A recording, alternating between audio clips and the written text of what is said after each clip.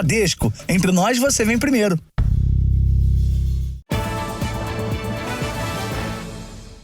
Boa noite. Boa noite. Suplementos alimentares são vendidos irregularmente na internet com a promessa de prevenir, tratar e até curar problemas de visão, como catarata e glaucoma. A quantidade de reclamações e denúncias fez a Agência Nacional de Vigilância Sanitária proibir a venda e a fabricação de 3 marcas desses suplementos. A Anvisa determinou ainda o recolhimento dos produtos. Os suplementos são vendidos em diferentes sites e oferecidos tanto em gotas quanto em comprimidos. Os valores chegam a quase R$400. É possível encontrar também em aplicativos de celular. Mercadoria que vem de fora do país.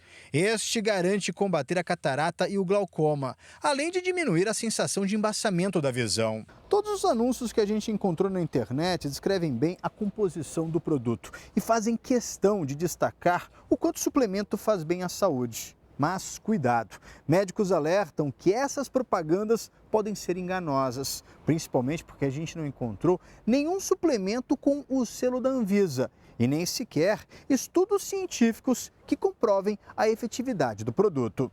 Pacientes procuraram os médicos depois de usar os suplementos sem notar nenhum resultado. As reclamações foram encaminhadas ao Conselho Brasileiro de Oftalmologia, que denunciou a Agência Nacional de Vigilância Sanitária. Muitas vezes, se o paciente acreditar nisso e começar a seguir um tratamento com cura milagrosa, ele pode perder um tempo muito importante, seja no diagnóstico, no acompanhamento ou até mesmo na evolução da sua doença. E isso pode levar até a cegueira. A Anvisa decidiu proibir a fabricação, a venda e o uso de suplementos das marcas Visipro, Sulinex e Oculares, com indicações para tratamento de visão. Além disso, alertou que suplementos alimentares não podem fazer propaganda que aleguem cura de doenças.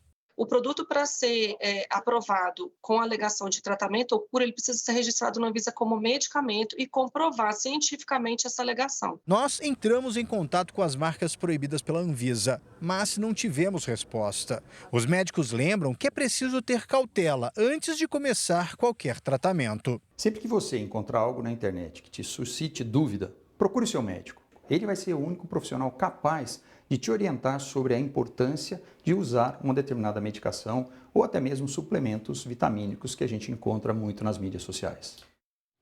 A polícia investiga a morte de um homem que caiu do 3º andar de uma casa noturna no Rio de Janeiro. De acordo com os bombeiros, o local deveria estar fechado desde 2021 por problemas com a documentação. Suede de Oliveira foi enterrado na tarde de hoje em meio à tristeza e à revolta da família. Não tinha estrutura, não tinha guarda-corpo, não tinha corrimão na escada. O modelo de 44 anos estava numa festa lotada, nessa boate da Lapa, bairro tradicional da boemia carioca. Segundo testemunhas, ele caiu do 3º andar da casa noturna num vão da escada, na madrugada de segunda-feira. A gente acredita que ele desequilibrou e se tivesse algo que ele pudesse se segurar, ele teria se segurado. Suede chegou a ser levado ao hospital, mas não resistiu. A boate não tinha autorização para funcionar, estava interditada pelo Corpo de Bombeiros desde 2021 por falta de documentação, mas nunca foi de fato fechada pelas autoridades. A corporação afirmou que todos os responsáveis por manter o fechamento foram avisados, inclusive a prefeitura. Mas a Secretaria de Ordem Pública, órgão municipal responsável pela fiscalização, alega que não foi informada. 3 meses após a notificação dos bombeiros, o espaço chegou a ser interditado, desta vez pela prefeitura, por promover uma festa clandestina no meio da pandemia. Na época, as medidas para evitar aglomerações ainda estavam em vigor. O dono da boate se manifestou pela internet e informou que o local está apto ao funcionamento e com toda a documentação em dia. Disse ainda que está à disposição das autoridades e que possui os registros das câmeras de segurança. As imagens serão usadas pela polícia para tentar esclarecer o que aconteceu. A família espera por justiça. Não só é meu irmão, mas todas as outras pessoas que estariam ali. Hoje foi ele, mas poderia ter sido qualquer outra pessoa. Veja agora outros destaques do dia. Equador prende 6 suspeitos do assassinato de candidato à presidência. No Brasil, Banco Central estuda acabar com o rotativo do cartão de crédito. Ministério da Saúde lança campanha de multivacinação. No Rio, o governo define transferência de voos do aeroporto Santos Dumont para o Galeão. Na série especial, as histórias de um corintiano e de um São Paulino mortos na guerra das torcidas organizadas.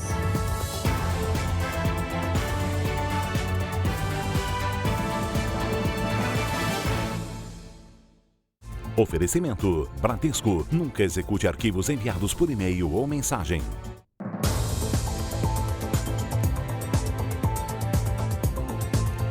Exclusivo. A polícia prendeu um homem suspeito de praticar furtos em apartamentos de alto padrão na cidade de São Paulo. Ele alugava imóveis nos edifícios para conhecer a rotina dos moradores e agia sempre na companhia de uma mulher. O suspeito foi preso após apresentar um documento falso para os investigadores hoje de manhã durante o cumprimento de um mandado de busca e apreensão. Vinícius de Moraes Scarpari, de 29 anos, estava em casa na zona leste de São Paulo. No local foram apreendidos diversos objetos furtados, como óculos, perfumes, um videogame e caixas de relógios de luxo que já teriam sido vendidos. A roupa encontrada na casa é conhecida dos investigadores. É a mesma que Vinícius usou no dia 25 do mês passado. As imagens foram gravadas pelo circuito de segurança de um condomínio de alto padrão na zona sul de São Paulo. O suspeito está acompanhado de Paola Carita Gobel, de 30 anos, que é procurada pela Polícia de Minas Gerais por furto. As imagens mostram que os dois sobem de elevador. Pouco tempo depois, saem pela escada de incêndio com várias sacolas. Eles haviam furtado 2 apartamentos e tentado entrar em um terceiro. A tranquilidade deles tem explicação. Segundo a polícia, a quadrilha encontrou, através da tecnologia, uma forma segura de entrar nos condomínios. Os criminosos alugavam apartamentos por meio de um aplicativo de locação temporária e, assim, não eram barrados na portaria.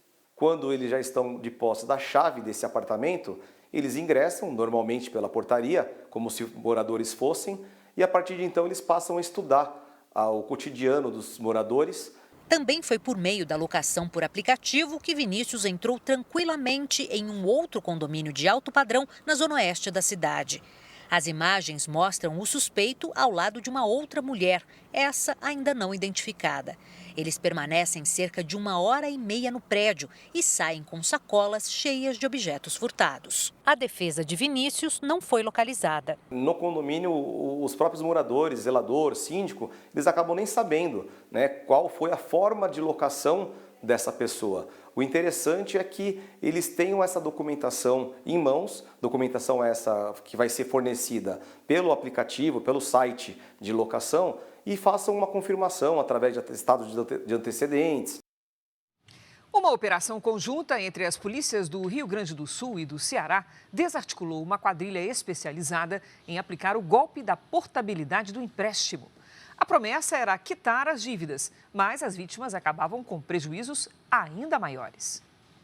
As investigações começaram na cidade de Juazeiro do Norte, no Ceará, após as vítimas procurarem a polícia. Elas relatavam que teriam sido vítimas de um golpe através de uma financeira que teria entrado em contato com elas no intuito de comprar uma dívida que elas tinham. Os criminosos já sabiam o valor devido pelas vítimas e ofereciam um pagamento menor do que o total da dívida. Quando os valores para abatimento da dívida eram depositados, a vítima não conseguia mais contato com os suspeitos. Há casos de prejuízo milionário. Apenas em uma conta bancária vinculada a um dos líderes da quadrilha, a polícia bloqueou cerca de 5 milhões de reais. Já temos até o momento 10 presos, né, da quadrilha, automóveis apreendidos e outros bens também. O grupo criminoso fez vítimas em todo o Brasil e tinha como sede a cidade de Canoas, na Grande Porto Alegre. Os suspeitos usavam empresas de fachada para convencer as pessoas. Esses golpes normalmente têm presença de mulheres, porque a mulher passa um menor risco, né, ou um pouco mais de credibilidade nesse tipo de negociação. A polícia recomenda que o cliente que tem empréstimo sempre vá pessoalmente à agência que ofereceu uma modalidade melhor e também aquela em que está o contrato atual para garantir que não se trata de uma fraude. Os presos serão indiciados pelos crimes de estelionato, lavagem de dinheiro e organização criminosa. A Polícia Federal realizou hoje 2 operações contra supostas fraudes em contratos da Prefeitura de Palmas, administrada por Cíntia Ribeiro, do PSDB. O secretário de Desenvolvimento Urbano foi preso em flagrante. Agentes encontraram no imóvel malas e caixas cheias de joias e dinheiro. A quantidade de notas impressiona. O valor total não foi divulgado. Segundo a polícia, o endereço na capital do Tocantins funcionava como um esconderijo e é ligado ao secretário de Desenvolvimento Urbano, Edmilson Vieira das Virgens. A prisão do secretário hoje ela decorreu em razão de crime de lavagem de dinheiro pela ocultação desse patrimônio, ainda não identificada a quantia, um grande valor significativo de dinheiro e joias também. A Polícia Federal cumpriu mandados em 2 operações que apuram os crimes de contratação direta ilegal, corrupção, além de lavagem de dinheiro. Os investigadores apontam supostas irregularidades em 2 contratos firmados pela Secretaria de Educação. Um deles foi para a compra de material didático, que deveria abastecer as escolas municipais. Em outro, a Secretaria contratou sem licitação o serviço de transporte escolar para alunos na zona rural da cidade. Somados, os 2 contratos ultrapassam os 30 milhões de reais. Todos os contratos eles foram sem o procedimento licitatório formal, todos com indícios de irregularidades e contratação direta e irregular. A secretária de Educação, Fátima Sena, foi ouvida na sede da Polícia Federal e liberada. A Prefeitura de Palmas divulgou uma nota para explicar os contratos que são alvos da Polícia Federal e afirmou que o contrato de transporte escolar beneficia 3 mil crianças e que não houve licitação por falta de empresas que se adequassem nas necessidades do município. Sobre outro acordo, para a compra de material didático, a gestão informou que o processo cumpriu todos os ditames legais. A prefeita Cíntia Ribeiro, do PSDB, também por meio de nota, disse que confia no trabalho da polícia e que vai colaborar com as investigações. As defesas dos secretários Edmilson Vieira e Fátima Sena ainda não se pronunciaram. Agora à noite, a Prefeitura de Palmas informou que exonerou os secretários da Educação, Fátima Sena, e de Desenvolvimento Urbano, Edmilson Vieira das Virgens. O ex-diretor-geral da Polícia Rodoviária Federal, Silvinei Vasques, prestou depoimento hoje à Polícia Federal. Ele é suspeito de interferência nas eleições do ano passado. Hoje, o ex-secretário de Segurança Pública do Distrito Federal, Anderson Torres, também prestou esclarecimentos a uma comissão parlamentar de inquérito. Silvinei Vasques passou a noite na Superintendência da Polícia Federal em Brasília. O depoimento dele terminou no final da tarde. Vasques é investigado por supostamente usar a estrutura da PRF para interferir nas eleições de 2022. Ele teria direcionado operações e bloqueios para atrapalhar a participação de eleitores do Nordeste, onde o então candidato Lula teve maioria dos votos. Durante o depoimento, Vasques teve uma queda de pressão e precisou de atendimento. Ele manteve a versão que disse em junho à comissão que investiga os atos de vandalismo de 8 de janeiro e negou que tenha tentado impedir eleitores de votar. Segundo o ex-diretor, o objetivo da ação era coibir a compra de votos. Ele foi muito firme, externou a verdade, entendeu? E a gente achou até que tinha existido uma perseguição política, mas no decorrer do depoimento, nós verificamos que o delegado foi induzido em erro. E com os elementos de prova, ele vai chegar à conclusão que realmente essa prisão é desnecessária e logo o Silvinei estará na rua. O relatório do Conselho de Controle de Atividades Financeiras, o COAF, apontou movimentações atípicas da empresa Combat Armor, que vendeu veículos blindados à PRF durante a gestão de Silvinei Vasques. Os valores chegaram a 28 milhões de reais em 2 anos, apesar do capital da companhia ser de 1 milhão de reais. O documento foi entregue à CPI, que investiga os atos de vandalismo de 8 de janeiro. O Tribunal de Contas da União recebeu um pedido do Ministério Público de anulação da aposentadoria de Silvinei Vasques, concedida 2 dias antes de ele ser exonerado da função em dezembro do ano passado. O MP pede ainda a devolução do valor recebido desde janeiro. Enquanto Silvinei Vasques prestava depoimento à Polícia Federal, o ex-secretário de Segurança Pública do Distrito Federal e ex-ministro da Justiça do governo de Jair Bolsonaro, Anderson Torres, falava à CPI que investiga os atos de 8 de janeiro na Câmara Legislativa do DF. Segundo Torres, não houve interferência do Ministério da Justiça na PRF. Eu não tinha interferência no planejamento interno da Polícia Rodoviária Federal e muito menos da Polícia Federal. Eles tinham o planejamento deles, que é feito para o Brasil inteiro, e agiram conforme o planejamento deles. Isso não é atribuição do Ministério da Justiça, é atribuição exclusiva deles. Não há interferência do Ministério da Justiça, como eu deixei claro aqui no início, nas polícias do Brasil. O Supremo Tribunal Federal retomou a análise da implantação em todo o país do juiz de garantias, uma espécie de revisor do processo judicial, inclusive de decisões como prisões temporárias. Foi a primeira sessão presencial com voto do novo ministro Cristiano Zanin. O ministro Cristiano Zanin falou pela primeira vez aos demais ministros. Ele agradeceu a forma como foi recebido na corte. Nessa minha primeira oportunidade de fala nesse plenário, quero cumprimentar Vossas Excelências e registrar o meu agradecimento pela generosa acolhida que tive nesse tribunal. Por parte de todos os seus integrantes, ministros, servidores, equipe, advogadas e advogados. Sinto-me lisonjeado de poder participar de debates ricos e julgamentos neste plenário. Zanin também apresentou o primeiro voto no plenário físico do Supremo. Ele se posicionou a favor da implantação do juiz de garantias. Estou convicto que a existência do juiz de garantias poderá efetivamente mudar o rumo da justiça brasileira, pois ao garantir à população brasileira maior probabilidade de julgamentos imparciais e independentes, permite-se que o sistema penal seja potencialmente mais justo. Cristiano Zanin seguiu em parte a proposta do ministro Dias Toffoli. Os dois se posicionaram a favor da criação obrigatória do juiz de garantias, com prazo de implantação de 1 ano, prorrogável pelo mesmo período uma única vez.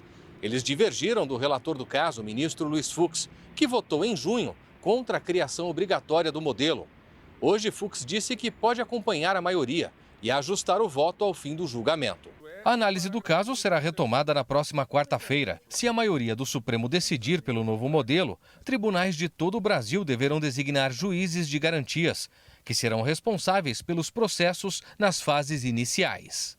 Eles vão autorizar ou não medidas como quebras de sigilo e prisões temporárias e preventivas.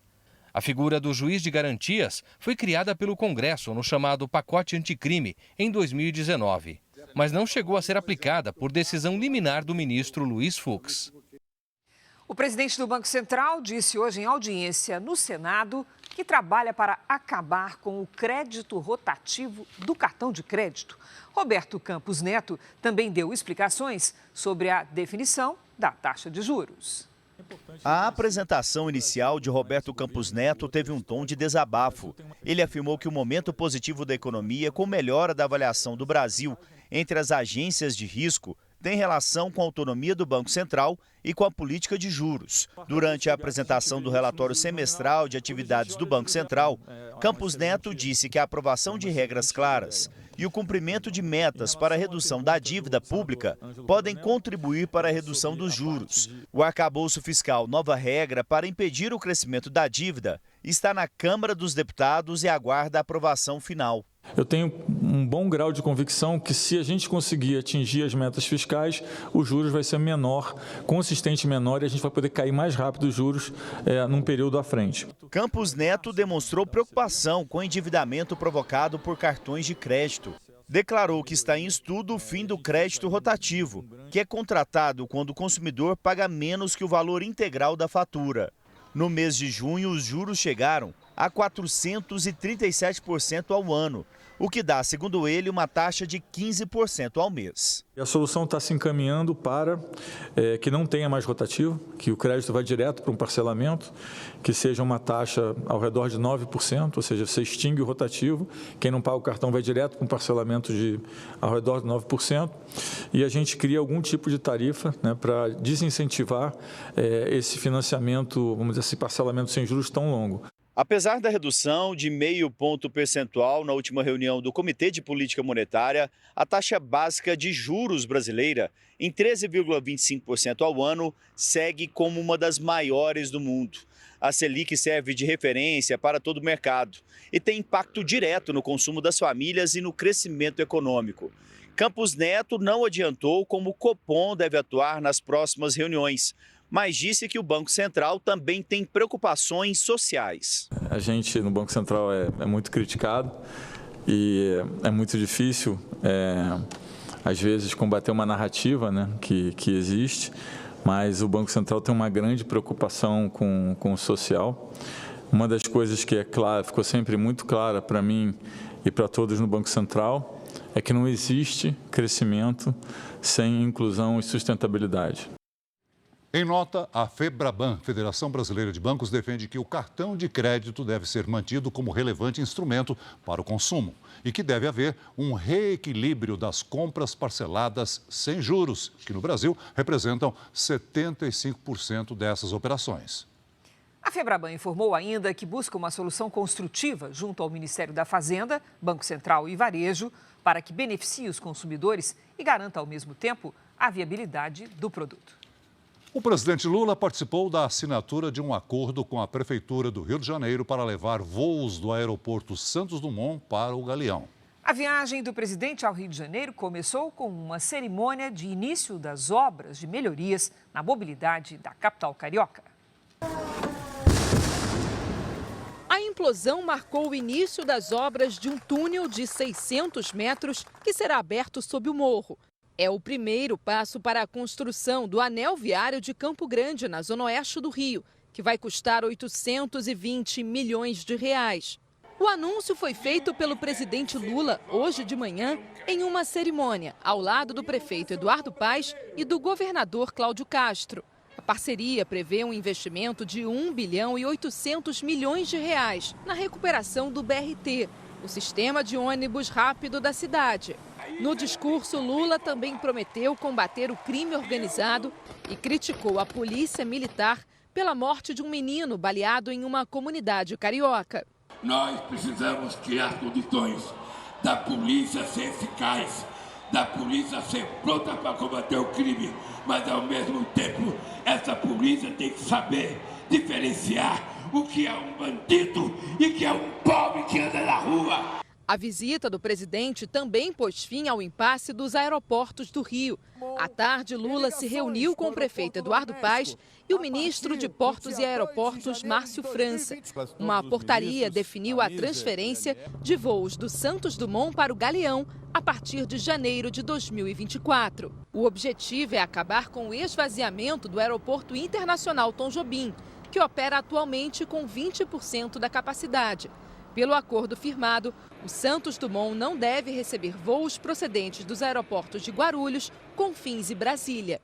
E nós fazemos isso porque é necessário diversificar para criar, não comodidade, mas para criar, eu diria, uma coisa mais inteligente. As pessoas voarem no aeroporto muito mais seguro, sabe, que pode receber muito mais gente. A agenda do presidente continua amanhã aqui no Rio de Janeiro. Lula vai anunciar o plano de investimentos da nova versão do PAC, o Programa de Aceleração do Crescimento. A intenção é investir até 60 bilhões de reais por ano, a começar por obras que foram paralisadas e outras que foram indicadas pelos governadores. A previsão é de que os recursos cheguem até 240 bilhões de reais até 2026. O governo do Rio de Janeiro informou que estuda construir muros na principal via de acesso ao aeroporto do Galeão, a linha vermelha. O objetivo é evitar que motoristas e passageiros sejam atingidos por balas perdidas de comunidades vizinhas. Já a Polícia Militar não respondeu à fala do presidente Lula sobre a morte do menino de 13 anos na Cidade de Deus. A viúva do fisiculturista morto no incêndio no fim do mês passado prestou depoimento hoje no Rio de Janeiro. Ela desmentiu a versão de vizinhos que afirmam que eles teriam brigado naquele dia. A perícia comprovou que o fogo foi provocado por um curto-circuito. A filha do casal, de 6 anos, segue internada em estado grave. Mais uma tarde de tensão na região da Cracolândia, no centro de São Paulo. Comerciantes realizaram um protesto contra os prejuízos provocados pela presença de usuários de drogas na região. O homem que teve a coluna fraturada numa academia no Ceará recebeu alta médica após 5 dias internado. Ele agora se recupera em casa após passar por uma delicada cirurgia. Ontem, o paciente conseguiu permanecer sentado pela primeira vez, mas as chances de voltar a andar ainda são remotas. Recordes de calor em pleno inverno. Campo Grande e Cuiabá superaram mais uma vez as maiores temperaturas do ano. Já está conosco a Lidiane Sayuri. Oi, Lid, boa noite. Alguma previsão de uma aragem aí para refrescar esse calorão? Olha, tem frente fria no pedaço que deve dar uma leve refrescadinha no centro-oeste, viu, Cris? Boa noite para você. Celso, muito boa noite a todos. As imagens de satélite mostram algumas nuvens entre o sul e o sudeste e no interior do Amazonas. Amanhã, essa nova frente fria se forma no Uruguai e aumenta as nuvens de tempestade sobre o sul. Tem risco de ventania e granizo entre o norte do Rio Grande do Sul e o interior do Paraná. Chove também no litoral do Nordeste, em quase toda a região norte e no sul de Mato Grosso do Sul. Em Porto Alegre, máxima de 24 graus. No Rio de Janeiro faz até 31. Em Cuiabá, 39. Em Fortaleza, 32. E 35 em Rio Branco. Em São Paulo, a chuva perde força na sexta, mas volta no fim de semana, principalmente no domingo. Sexta e sábado à tarde, com 31 graus. No domingo, só 18. Vamos ao Tempo Delivery. A Edilene é de Sobradinho, no Distrito Federal. Opa, vamos para lá. Oi, Edilene, olha, aproveite o fim de semana de muito sol. Só cuidado com as atividades físicas entre 10 da manhã e 4 da tarde. A umidade do ar fica baixa e prejudica a respiração. Sexta e sábado com 30 graus. No domingo faz até 29. A Aparecida de Cachoeiro de Itapemirim, Espírito Santo. Boa noite, Aparecida. A sexta e o sábado seguem com muito sol e calor de 29 e de 30 graus. No domingo volta a chover e aí a temperatura cai para 26. Quer participar do nosso Tempo Delivery também? Então mande a sua mensagem pelas redes sociais com a hashtag #VocêNoJR. Cris, Celso. Obrigada, Lid. Até amanhã, Lid. Veja a seguir. Autoridades do Equador afirmam que suspeitos de assassinar candidato à presidência pertencem à organização criminosa internacional. Safra brasileira de grãos pode bater novo recorde este ano e chegar a 320 milhões de toneladas. Na nossa série especial, as histórias de quem viajou para acompanhar o time do coração e acabou no meio de uma briga de torcidas organizadas.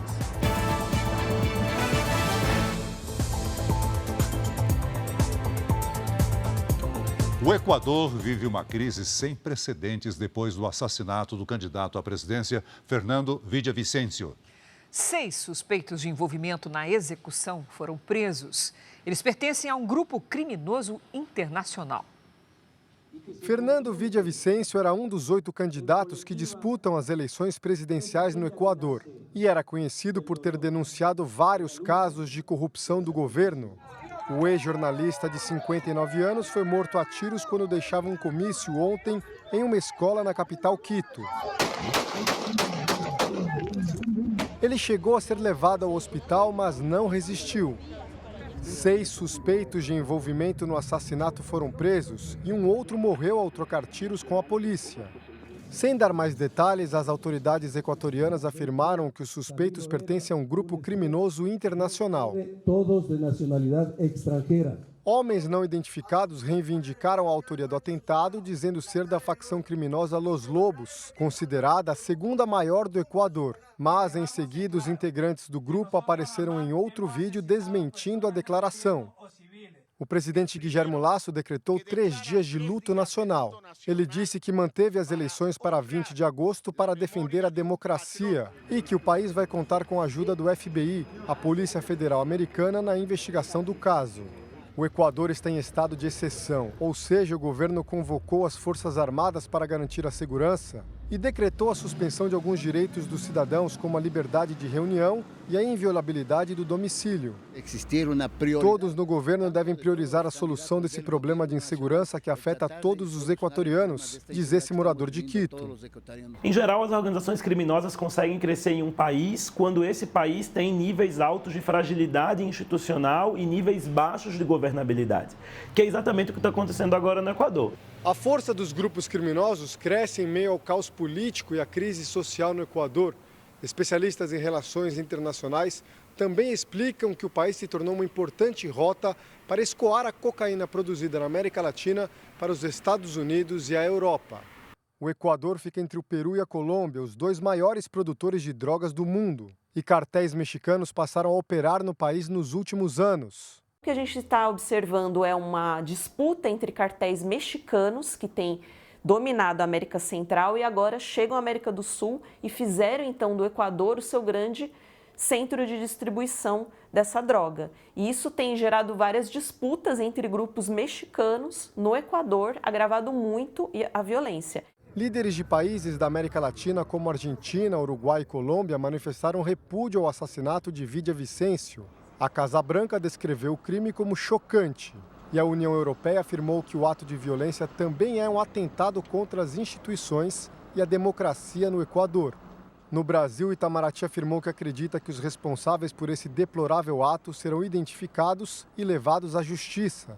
Os presidentes do Tribunal Superior Eleitoral e do Senado também se manifestaram. Em nome do nosso compromisso com os valores democráticos, desejamos que o processo eleitoral que se aproxima no Equador possa transcorrer de forma ordeira, constitucional e, sobretudo, pacífica. Como presidente do Tribunal Superior Eleitoral, manifesto nosso profundo pesar pelo ataque terrorista à democracia do Equador, com o brutal assassinato do candidato Fernando Villavicencio.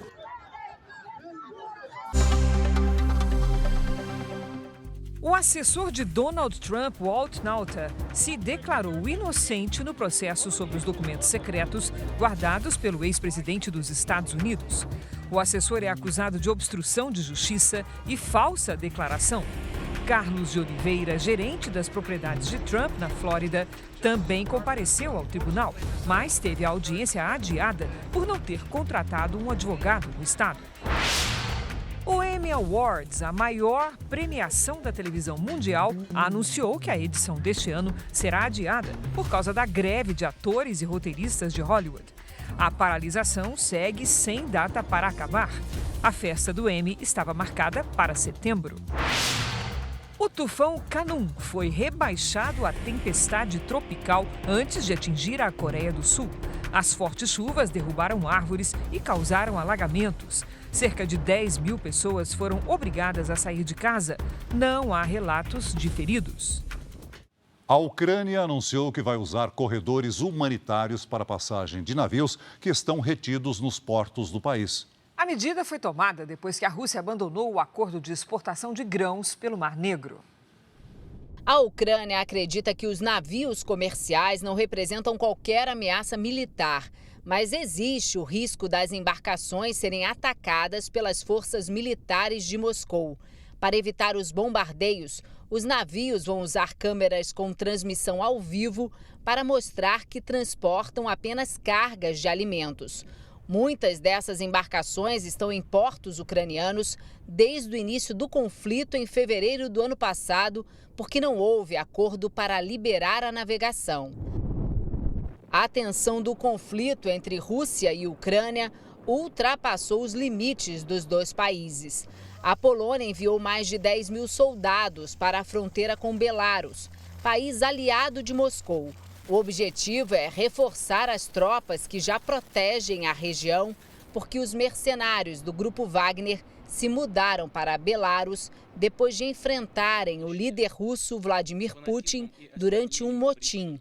Além disso, Belarus planeja realizar exercícios militares na região nos próximos dias.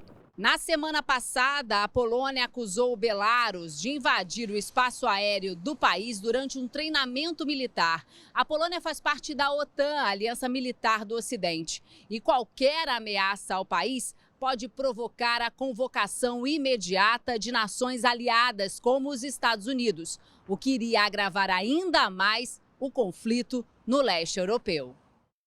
De volta ao Brasil, uma boa notícia que vem do campo. A produção de grãos deve bater recorde nos próximos meses. A safra deve atingir 320 milhões de toneladas.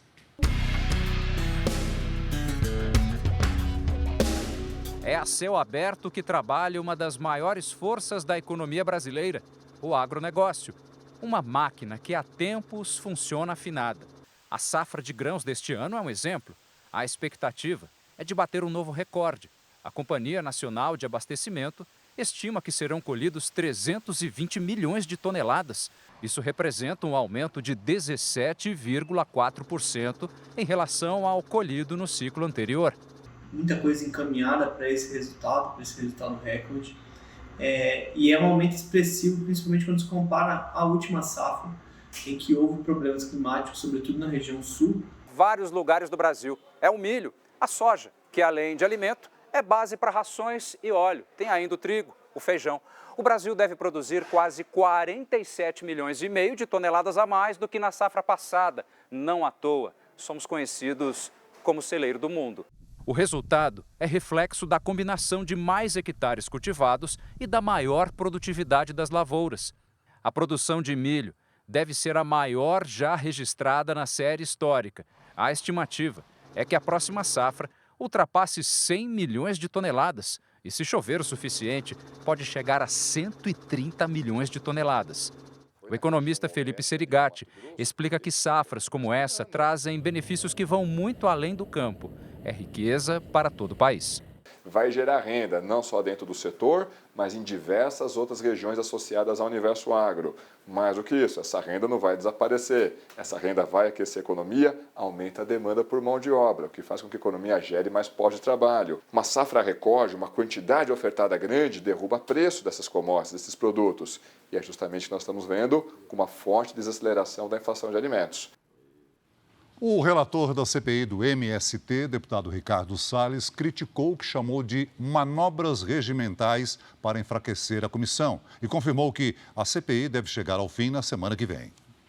Ricardo Salles disse que a anulação da convocação do ministro da Casa Civil, Rui Costa, autorizada pelo presidente da Câmara, Arthur Lira, foi fruto da articulação do governo com partidos interessados em cargos na esplanada, a ponto de parlamentares desses partidos serem retirados da composição da CPI. O relator afirmou que as atividades da CPI devem se encerrar na semana que vem. Nós estamos considerando firmemente a hipótese de fazer um relatório já na semana que vem, que traga todas as informações coletadas das mais diversas naturezas e encerre a CPI, porque se nós não temos condições de continuar atuando para buscar a verdade, não vamos ficar fazendo teatro aqui na CPI. O ministro do Desenvolvimento Agrário, Paulo Teixeira, foi ouvido hoje na condição de convidado. Ele rejeitou as acusações de que o governo Lula seja conivente com invasões de terra. Essa ideia de que houve uma onda de ocupações, que o governo é conivente com... Não houve, e tudo foi resolvido, deputada Carolina de Toni, no diálogo com esses movimentos. Eles saíram espontaneamente e nós mantivemos o diálogo para prosseguir, deputado Kim Kataguiri, o programa de reforma agrária no país. Veja a seguir, com foco em crianças e adolescentes, o Ministério da Saúde lança campanha de multivacinação. Na série especial Crime Sem Solução, a história do São Paulino morto em uma briga com corintianos.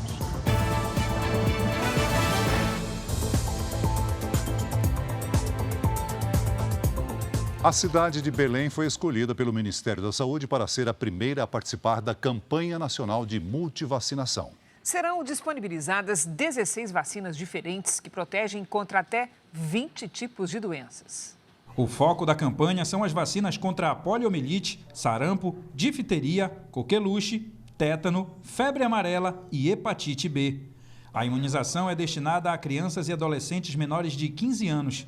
Já os adultos serão imunizados contra a hepatite B, influenza, difteria e tétano. A meta é alcançar 90% do público no estado do Pará. E nós precisamos agora, junto com cada município, cada prefeitura, cada secretário municipal de saúde, desenvolver ações específicas, porque cada local tem uma barreira diferente. Uma das metas do Ministério da Saúde é impedir a reintrodução de doenças já eliminadas no Brasil, como a poliomielite. Desde 2016, o país está na lista de alerta da Organização Mundial da Saúde para a doença. O objetivo da campanha nacional de multivacinação é ampliar a cobertura de vacinas em todo o país, mas o desafio é grande. Aqui nesse posto de saúde na capital paraense, a procura tem sido baixa.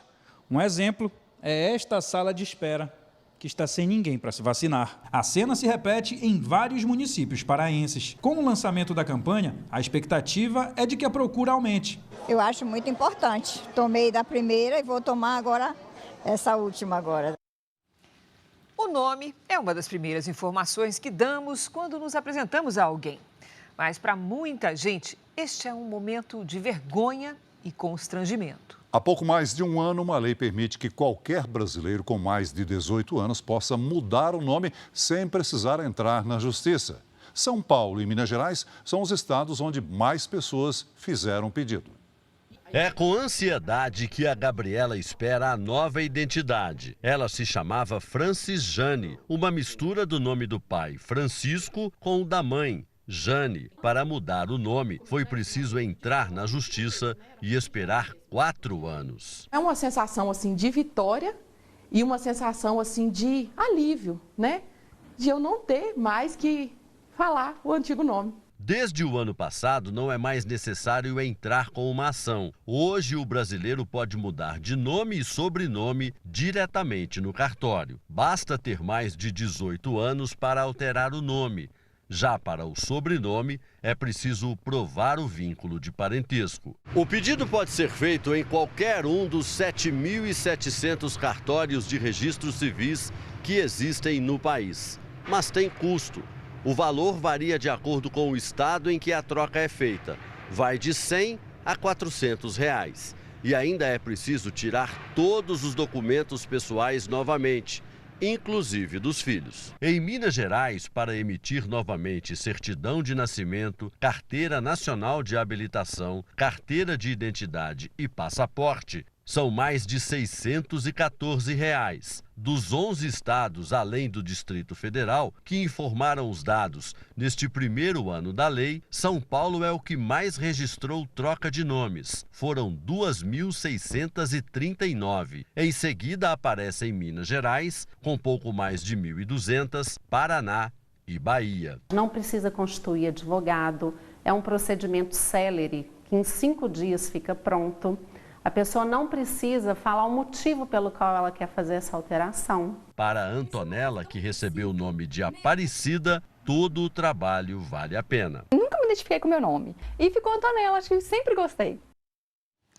Destaque no noticiário internacional do mundo todo. Ao menos 53 pessoas morreram nos incêndios florestais que atingem a cidade histórica de Maui, no estado americano do Havaí. Moradores da ilha havaiana registraram o momento em que fugiam do fogo. Os incêndios ganharam força com a passagem de um furacão. Imagens aéreas mostram o tamanho da destruição. 270 construções viraram cinzas e ao menos 11 mil turistas precisaram deixar a região. O presidente dos Estados Unidos, Joe Biden, declarou situação de catástrofe e disse que vai liberar ajuda federal para Maui. O extremismo das torcidas organizadas de futebol faz vítimas em todo o Brasil, até mesmo quando o time do coração não está em campo. Na série especial de hoje do Jornal da Record, as histórias de 2 torcedores, um do Corinthians e outro do São Paulo, que perderam a vida em confrontos nas ruas.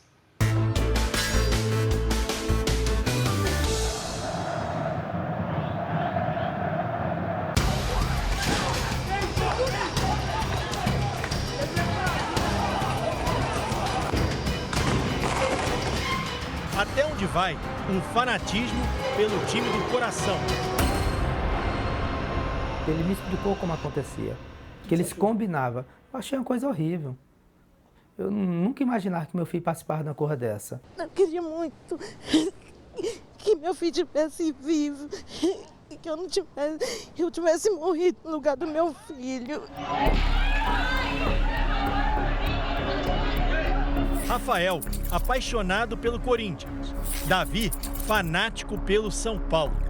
Torcedores de times diferentes, vítimas da mesma violência, em confusões envolvendo as organizadas. A paixão pelo time de futebol começa aqui, no campo de jogo, com a disputa que acontece dentro dessas 4 linhas. Mas muitas vezes, essa paixão pelo clube vira uma espécie de loucura. Quando torcedores resolvem tratar a torcida adversária como inimiga, essa rivalidade sadia ultrapassa os limites do esporte. As torcidas se tornam verdadeiras facções criminosas e a rua o campo de batalha.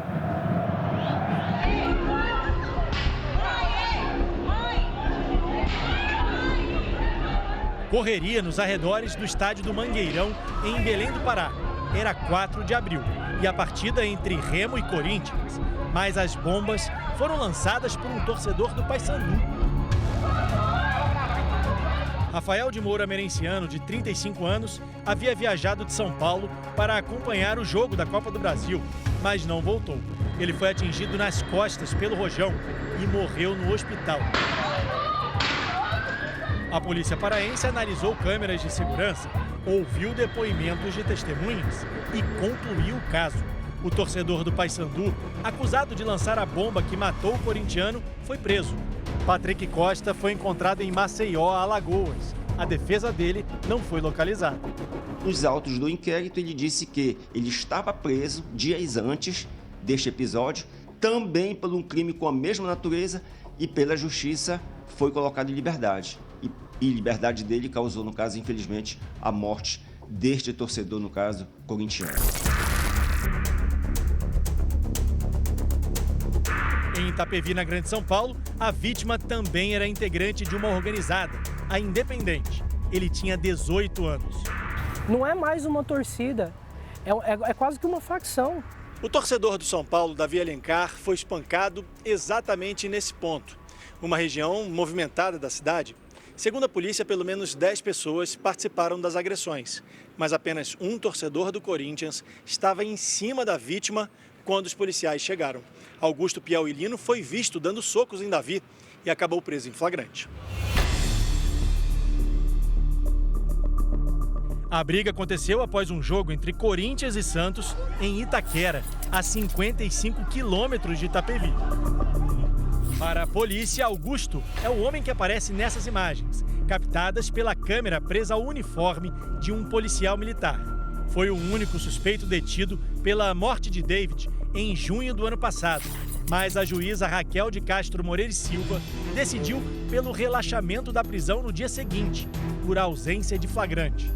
Nós temos uma filmagem policial, nós temos policiais, que prenderam os acusados, só que nós temos uma parte acima que disse que não houve flagrante. Ao contrário do que aconteceu no Pará, a investigação da morte do São Paulino segue em aberto. Todos os integrantes das organizadas que estavam na briga permanecem soltos.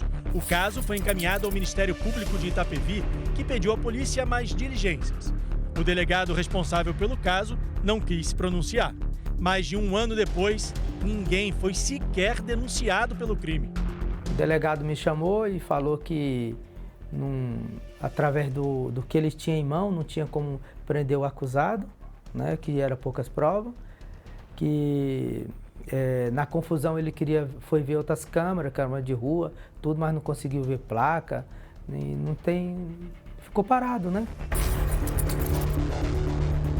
Apesar das imagens estarem escuras, a justiça entendeu que a camisa e os tênis que Augusto vestia no dia da briga eram diferentes dos que aparecem nas cenas.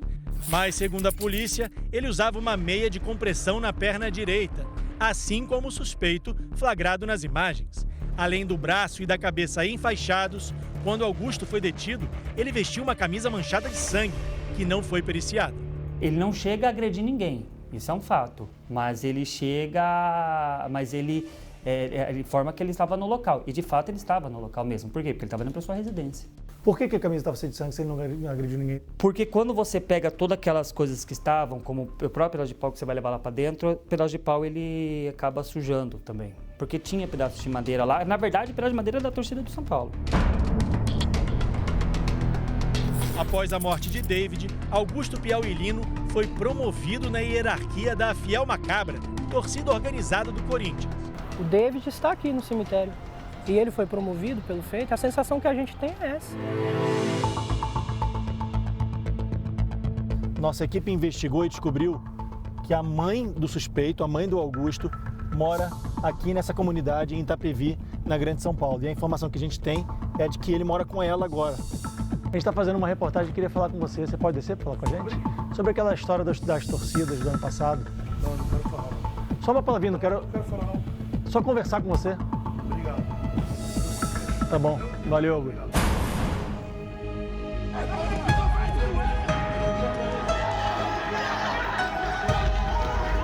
Primeiro para esse jovem, né, que para com essas coisas, com essas brigas. Depois que um filho se vai, não tem mais vida para uma mãe. Que a gente gostaria de estar presente com ele. É um pedaço do nosso coração que se foi. É muito difícil. Não tenho nem palavras assim para falar.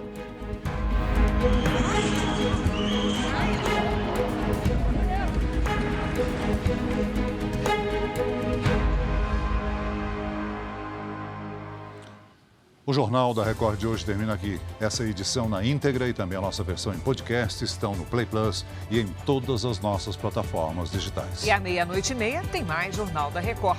Você fica agora com a série Reis. E logo depois da novela Jesus, tem eliminação na nova temporada de Top Chef Brasil. Boa noite para você. Boa noite.